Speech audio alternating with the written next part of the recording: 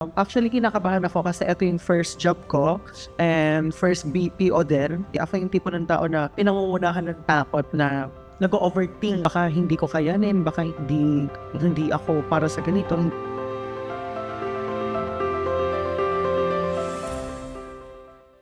Actually, isa sa mga kinatatakutan ko yung kumausap sa mga tao.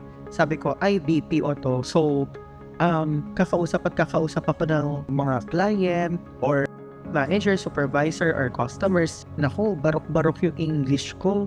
So, na-challenge ako kasi napakaraming processes na kailangang i-memorize, napakaraming tools na dapat gamitin.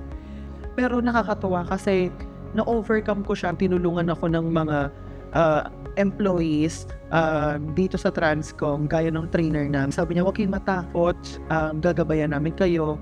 And nakakatuwa kasi nung nakapasa na kami ng training, akala ko sa training lang kami magkakaroon ng gabay. Yung support namin is makikita din namin pala doon sa production. Natutunan ko mag-explore, magtanong-tanong. Nabibigyan ka nila ng tamang sagot doon sa mga tinatanong mo.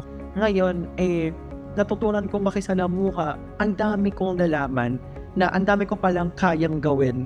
And ayun yung tumutulong sa akin ngayon para unti-unti ko maabot yung mga pangarap ko.